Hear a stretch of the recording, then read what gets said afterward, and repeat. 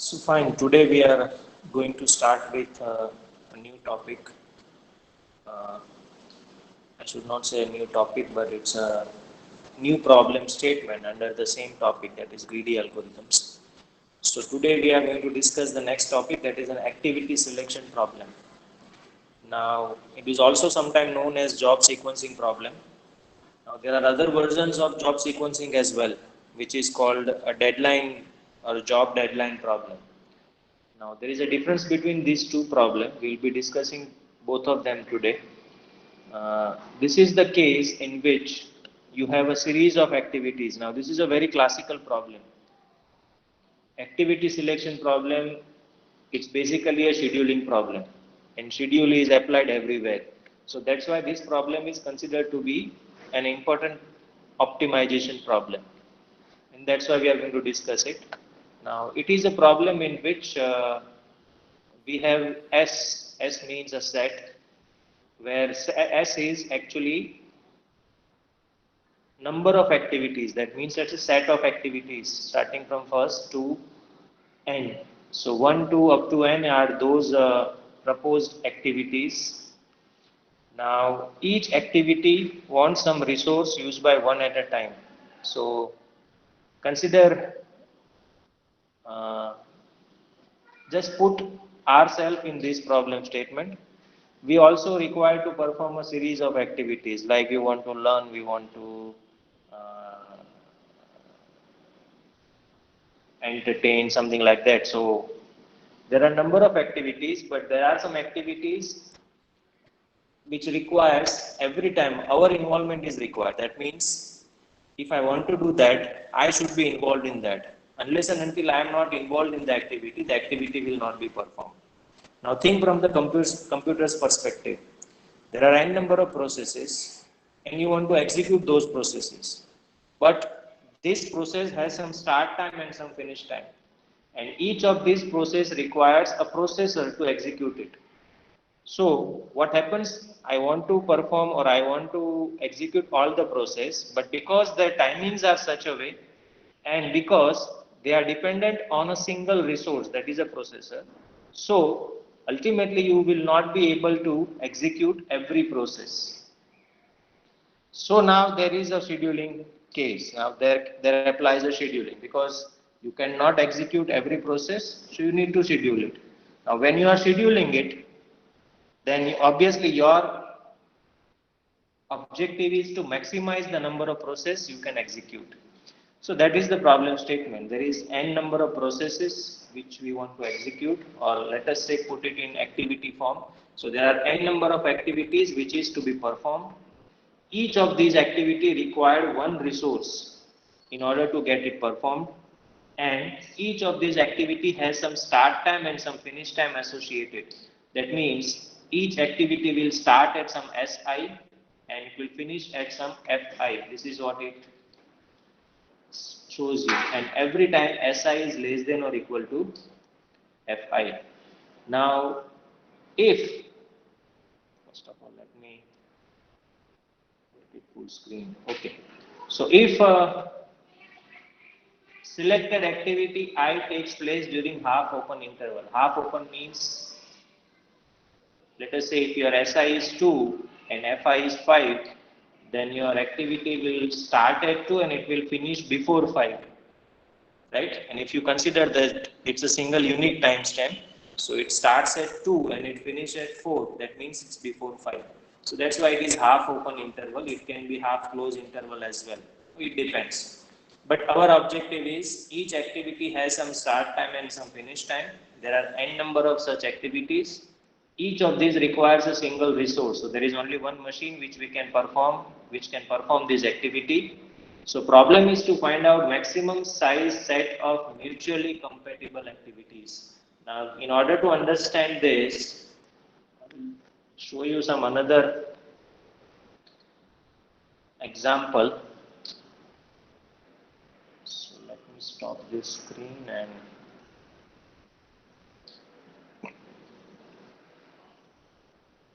okay.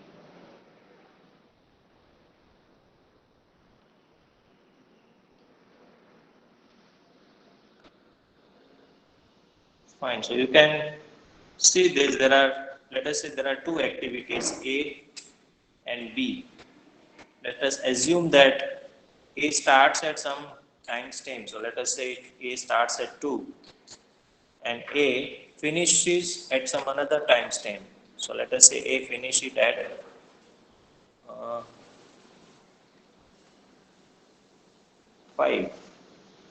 At the same time, you have another activity B, which starts at, let us say, 4 and it finishes at, let us say, 8. So A has a start time as 2 and finish time as 5. So A starts at 2 and it finishes before 5. B has start time as 4 and finish at 8. These two activities are not mutually compatible. Reason for that is the way they are actually having their start time and finish time. They are overlapping. So you see this. So this is an overlap actually. Now there are four different cases. How can I put this A and B? First case is this. This can be another case where A is like this and B is like this. Right? Or another case can be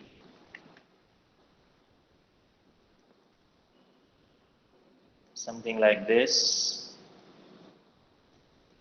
Or another case can be something like this. So basically now there are four cases. I'm not mentioning time for this another three cases, but this is how you can distinguish, right? In this case, A and B are overlapping. Here also A and B are overlapping. The difference is B is starting before A. Here A is starting before B. So here also they are overlapping. In this case, you can see B starts after A finishes.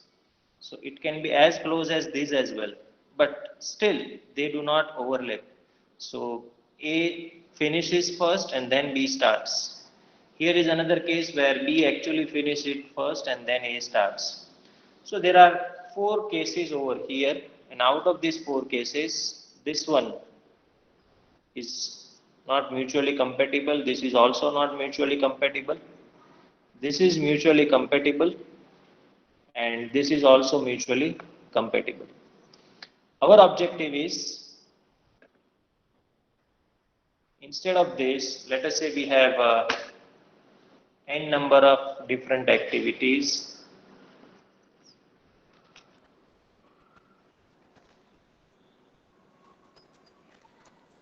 which are on a time slot, which are scheduled like this. So if we draw a line over here,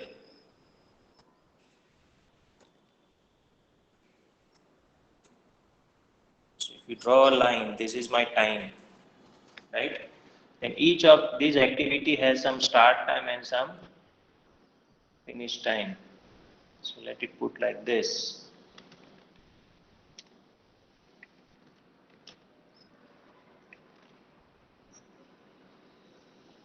They might not be in equal in size, remember.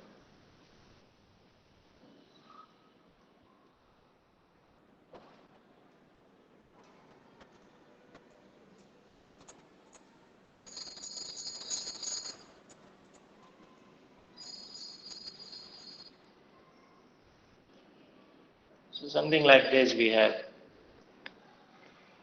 Our objective is to find out of these 1, 2, 3, 4, 5, 6, 7 activities, our objective is to find out maximum set of mutually compatible activities. Mutually compatible means that once you execute that set, no activity overlaps with other. So if I consider this scenario, then these two are not mutually compatible. So if you schedule this, you cannot schedule this, and vice versa.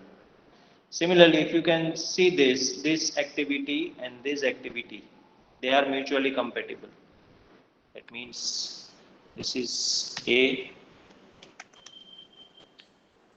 this is B. Let us say this is C, this is D, E, F, and G. So A and B are not mutually compatible. Reason for that is they are overlapping. Whereas A and C, they are mutually compatible. That means you can execute A and C both together. Similarly, A and D are also mutually compatible, but C and D are not. That means either you can execute C or you can execute D. Similarly, C and E are mutually compatible, but D and E are not. So once you execute D, you cannot execute E. But if you are going with C, then you can execute E. So if you find out mutually compatible activity set, then you have A. With A, you have if you let us say execute C, because you are executing C, you cannot. Okay, let me write over here, right? So if you observe, if you can execute C over here, then you cannot execute D. So after C, but you can execute E. So E is another activity. Once you start executing E, so they are not mutually, they are not overlapping. So you can also execute F as well. But once you execute F, you cannot execute G. So this is one set. Similarly, other set can be, let us say we have started with A, then after A we executed D, after D F, after F nothing. So this is another schedule. Another can be, let us say we are starting with B. Because you are starting with B, you can only execute En. Let us say you are not executing F, you are executing G. Or similarly, you can execute F as well, but F and G are not together. So like this, these all are feasible solution. If you talk about in terms of our greedy terminology, this is also feasible solution, this is feasible, or there may be any other feasible solution as well. Our objective is to find out or to maximize the size of this set A. The size of this is 3, the size of this is also 3, size of this is 4. So our objective is to find out a solution like this, which has a maximum number of mutually compatible activities. So this is our problem setup. Let us go back to, I hope this is clear. Let us go back to the presentation or the algorithm, right? So as we can see, the problem is to find out the maximum size set of mutually compatible activities. Then there is a definition of mutually compatible activities. Two activities I and J are mutually compatible if they do not overlap.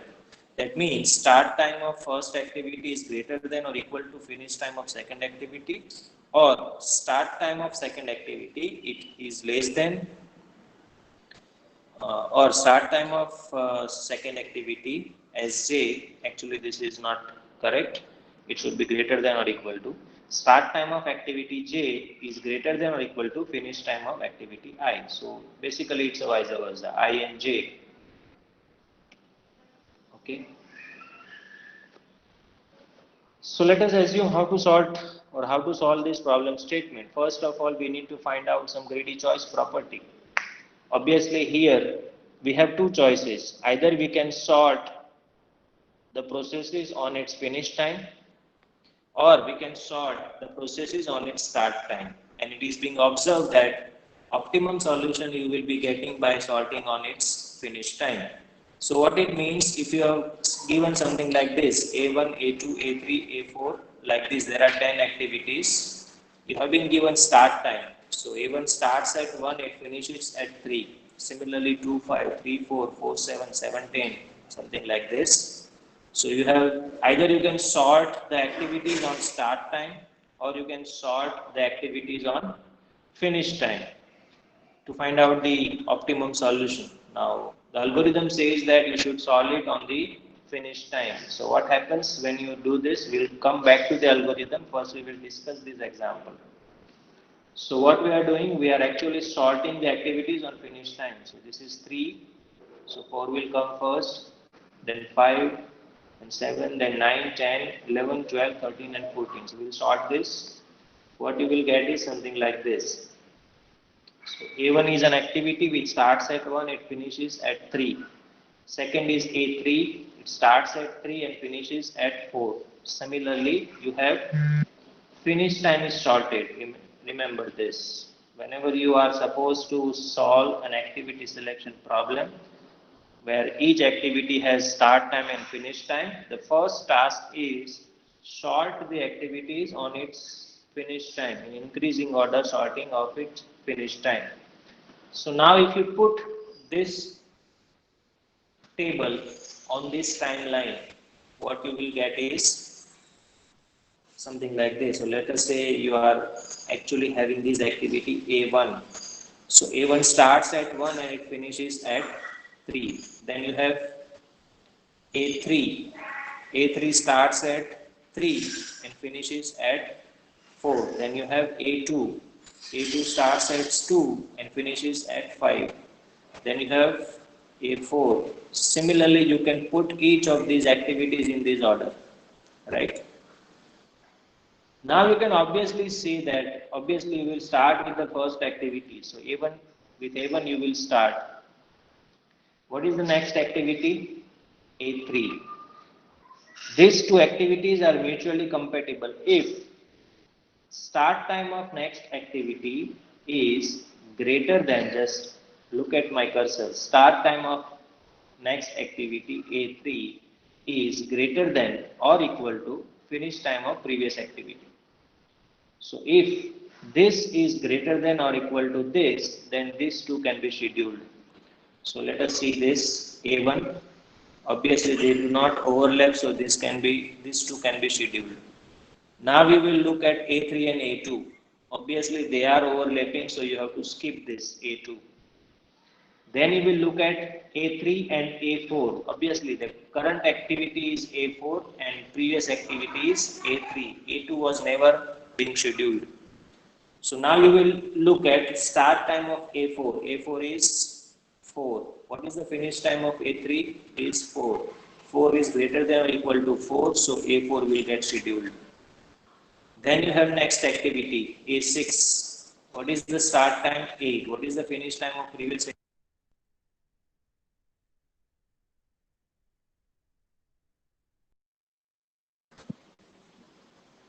activity? 7. So what happens now?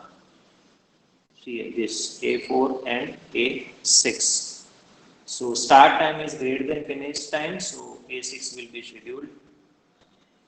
Then you have next activity as A5, which has start time 7, finish time of previous activity is 9. 7 is not greater than 9, so A5 cannot be scheduled. Next, A7, 9. What is the previous activity? A6. 9 is greater than or equal to 9, so A7 will be scheduled. Next, 11. 11 scheduled. Next, 9. 12 not possible, and next 12. 12 scheduled. So by this approach, what you are getting is A1, A3, A4, A6, A7, A9 and A10 are scheduled, and A2, A5 and A8 are skipped. So that means the optimum set you are getting is 1, 2, 3, 4, 5, 6, 7 activity you can schedule out of 10 using this approach. So I hope this approach is clear. It's very simple. What we are doing is first we are sorting in order of its finish time. Then we will start from the first activity. So that's what we are doing over here. So let us see this algorithm, activity selection. There are two inputs we are giving. One is a start time and second is finish time. Start time is S of I and finish time is F of I. F of I means that that's an array or it's a vector parameter. That means it contains the list of values where S of 0 represents, or let us say it's an algorithm, so we say S of 1 represents start time of activity 1 and F of 1 represents finish time of activity 1. So by this, what we can achieve is we have two array actually, start time and finish time.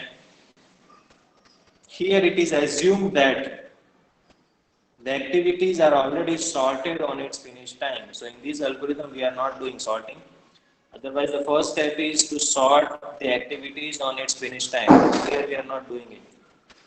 So what is the first step now? First step is you find out how many activities are there. So we are finding n equal to length of S. Then always you start with the first activity. So A represents your solution set.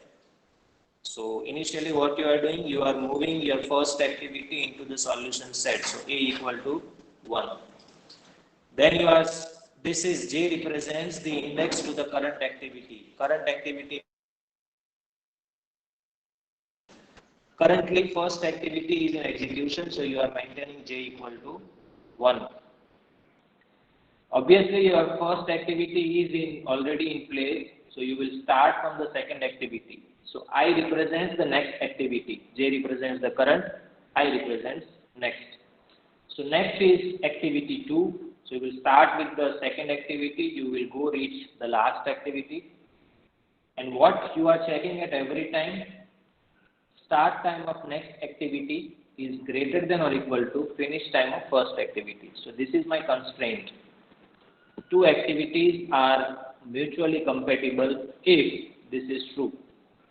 So you are checking that constraint. If next activity does not violate the constraint, then you will schedule it. So what you are doing, A equal to A union I. That means you are scheduling the next activity, and because you have already scheduled I, your J will be I now. So your current activity will become the next activity. And this will repeat till you reach at the last activity. So at the end, whatever the values are there in A, that represents your solution state.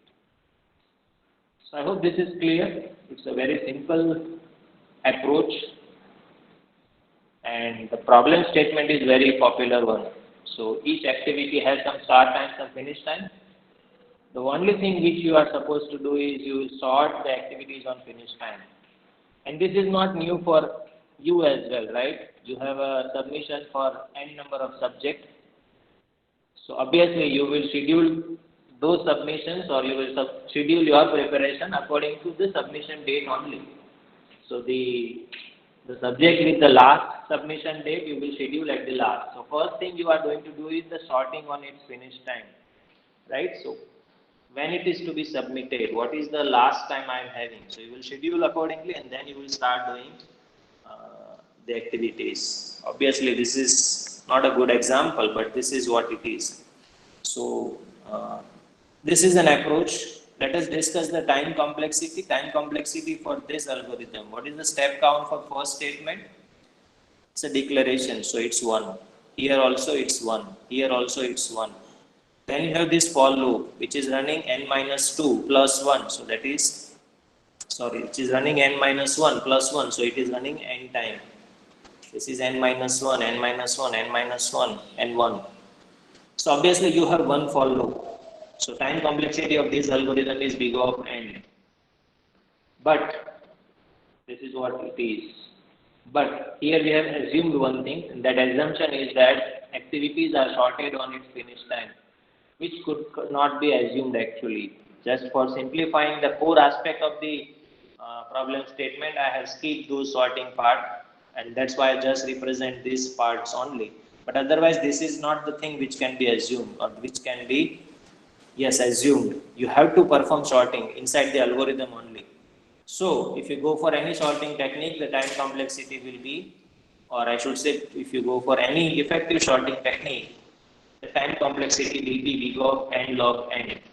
So the time complexity for this algorithm, along with the sorting algorithm, is big of n log n plus big of n for this, and that will be the higher order term, that is big of n log n.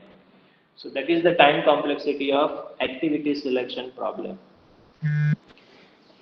Any doubt?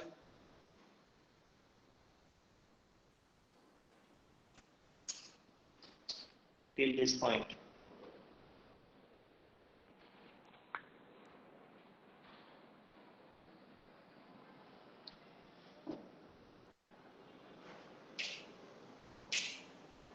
Or is there something which you want to elaborate more on? If it is, otherwise I can move to the next problem statement.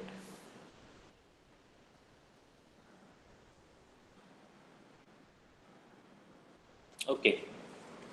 So let us discuss the next problem statement.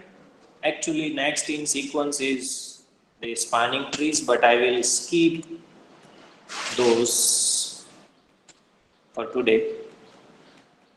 And I will discuss one more problem statement which is more related to the sequencing. So which is called job sequencing with deadline. Now there the problem is sequencing only. That means that you are actually n number of activities and there is one executor or there is one machine which we can process the activity. But the difference is here we do not have any start time or finish time. What here we have is the deadline. Deadline means a time before which this process has to be executed. Along with that, you have some profit associated with each process. So you have a n number of jobs. So you have given a set of n jobs. For each job I, you have some parameter called deadline, di, which is always greater than or equal to 0. And you have some profit, pi, which is always greater than 0. So every process has some deadline. Deadline means it has to be performed before this time if you want to earn profit from that job. The constraint is machine can process one job at a time. Objective is to schedule jobs to maximize profit. Right? So I hope the problem is clear. You have been given n number of jobs. Each job has some deadline and profit. Constraint is first constraint. Your job has to be executed before before its deadline. Second constraint, you have only one machine for execution. And the objective function is you have to schedule a jobs in such a way that you can maximize the profit. So that is the objective. Let us discuss very simple example. You have 4 jobs, A1, A2, A3 and A4. Each of the job has some deadline. So A1 has deadline 2, A2 has 1, A3 has 2 and A4 has 1. And each of this process or a job has also some profit associated. Here we are calling a value. So profit and value both are same. So here we are saying the value is 100, 10, 15 and 27. It means that if you execute job 1, A1, then you will earn value 100. If you execute job 2, you will earn value 10. For A3 it's 15, for A4 it's 27. But the constraint is if you want to execute job 1, it has to be finished before 2. This has to be finished before 1. This is 2, this is 1.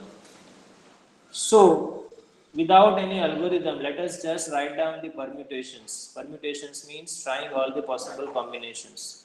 So here we are not actually writing any algorithm. This is a brute force approach. Brute force means trying all possibilities. So if you only execute job 1, that means you are first executing job 1, right?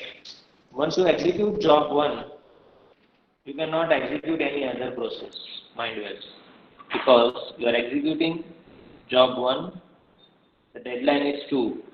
There is no other process which has more deadline. So only one, if you are executing, then you will gain 100. Similarly, these are the permutations. So you can just simply ignore these 4 cases. We are not interested in this. Just try to look at these 5 cases, what we are doing over here.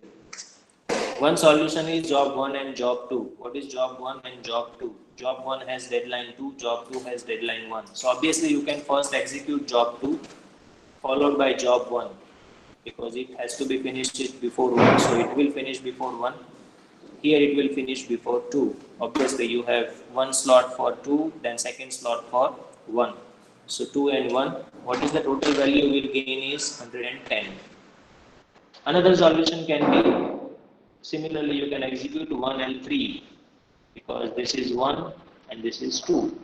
So you can execute 1 first, then 3, so that will give you, sorry, not this one actually, I should talk about this. So A1 and A3, both of this has deadline 2. That means they can be executed at first instance also, or it can be executed at second instance also. So let us say you are executing 1 first and then 3, or you are executing 3 first and then 1. Whatever is your scheduling, total value you will be gaining is 115, right? Next combination is 4 and 1. Obviously you have to execute 4 first because its deadline is 1. So 4 first and then followed by 1. So you will get 100 plus 27, so 127. Another option is 4 and 3. So you have to execute 4 first followed by 3. So that will give you 4 and 3, that will give you 27 plus 15, 42. Another option is 2 and 3. Right, so you will execute 2 first and then execute 3, so that will give you 10 plus 15. So basically here we have not followed any algorithm, we have not followed any logic, we have just simply tried all the possible combinations by looking at the problem itself. So what you have got is, the optimum solution is 127. That means you should execute job 4 first, then you should execute job 1. So that will give you the total value is 127. But this is not the approach, or this is not how we can solve a problem. What we require is a more systematic approach to solve this. So obviously, what is your thought on this? How should we go for?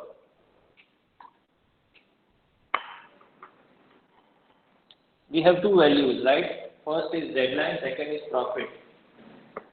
Deadline actually stops us from doing something, and profit is our objective function. So deadline controls the scheduling, and profit is the thing in which we are interested in.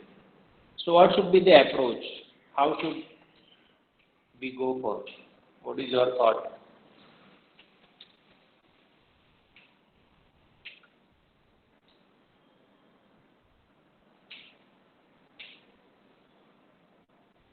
Anyone?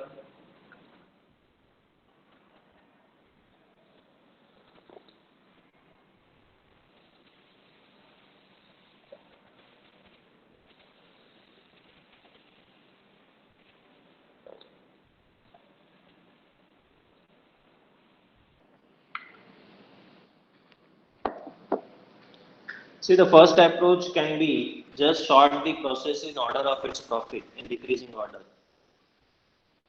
So what we can have is just sort it on its order of profit and execute in the same order only, without considering the order of, or without considering the deadline. Obviously, you need to finish it before deadline, but you are not going to compare what means deadline parameter will not be used for scheduling. What we will be doing is just sort on the profit. Obviously, that can be an approach, but it will not solve the purpose. The reason for that is we are not considering the deadline. Second one can be sort the processes or job on its order of its deadline, but that is in increasing order. That means सबसे पहले जो खत्म हो रहा है उसको सबसे पहले एक्टिवेट करो. The logic behind this is, the rationale behind this is, you should execute maximum number of processes. So it has a chance of gaining maximum value, which is not true. Because when you do this, you might miss something which is higher value, and ultimately you will lose on profit. So both of these approach cannot work individually. The better approach can be the mixture of both. So that means you will start the processes on its order of profit, but the scheduling will start from its deadline. Okay. So let me first, before we execute or before we understand this algorithm, I think I need something more than this to understand this. So let me show you something else.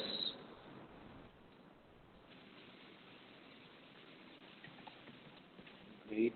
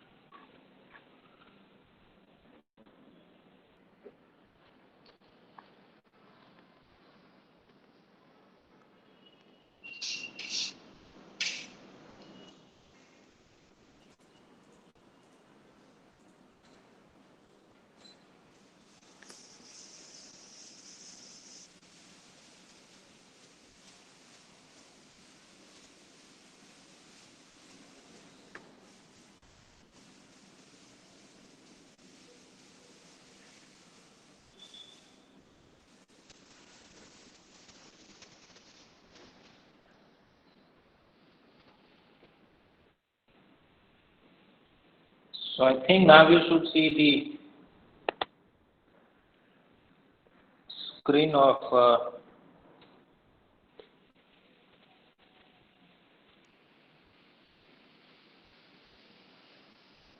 just concentrate on this, the input. What we have is to concentrate on this middle part. Okay. Don't worry about this program or this UI. Just concentrate on this middle part. What we have is a profit. There are actually 5 number of processes, right? Process 0, 1, 2, 3 and 4. Here also we have deadline for each process. So 2, 2, 1, 1, 3, these are the deadline and these are the profit. Similarly, these are the IDs of the process. This was our input. If you see A, B, C, D, E on this side, the input was A, B, C, D, E. For A, deadline is 2 and profit is 100. For B, deadline was 1, profit was 19. The first step what we have done is we have sorted in decreasing order of profit. So this is what we have done already. That's why it is A, C, D, B, E instead of A, B, C, D, E. Clear? So we have sorted this job first on the profit. Obviously, we'll start the scheduling the first job because it has the highest profit. But now you will look at its deadline, which is 2. So what you will be doing is, you will schedule this job A and its deadline is 2, right? So obviously this is my scheduling queue or this is my solution space, you can say. Its deadline is 2, so that means it has to be scheduled before this, right? So what I will do, I will schedule A over here because I have 2 slots available for scheduling A, the first slot and second slot. But because its deadline is 2 and because I want that first slot can be used by some another process which has deadline 1, so there is no point of scheduling job A inside the first slot. Instead, I should schedule it in the last slot. Right? I think this is clear. We'll try to understand what if that slot is not available. Okay. So the next job. So that is 27 profit. The job is C. Then you will look at its deadline. Deadline is 2. So obviously we will start from 2, but 2 is not available. So we will go in the reverse direction. So then you will look at the slot, the previous slot. So that is first slot. which is available. So you will schedule C into that, right? So the approach is you will select the activities in order of its profit in decreasing order. That means the profit or the job with the highest profit will be given the most priority, but the scheduling will be starting from its deadline. If that slot is not available, you will go for the previous slot. If that slot is also not available, you will go to the previous slot. And this you will repeat till you find any empty slot. And if you don't find any empty slot, it means that you cannot schedule that job. So if you go further, the next is D. The deadline is 1. So that means it requires first slot, which is already occupied by C, so you cannot schedule D. Next is B. Deadline is 1, already occupied, so you cannot schedule B. Next is E. Deadline is 3, so you will start with the third slot. So you will schedule the E inside this. And that's it. So your solution will be CAE, and total profit you will gain is 100 plus 27 plus E means 15. So 100 plus 27 plus 15. So I hope this example will at least make you sure that what is the approach. Approach is very simple. Sort the process in its order of profit. Select the process in order of its profit, and start looking at slot from its deadline. So if that slot is available, schedule it. If that slot is not available, go to the previous. If you reach at a point, that means at 0, where you cannot schedule further, you have to reject that job and you go for the next job. So this is the approach. We'll discuss the algorithm in the next session. I hope it's clear, or maybe we are going to discuss in the next session as well. So you can ask some queries if you have any. So that's all for today. Thank you.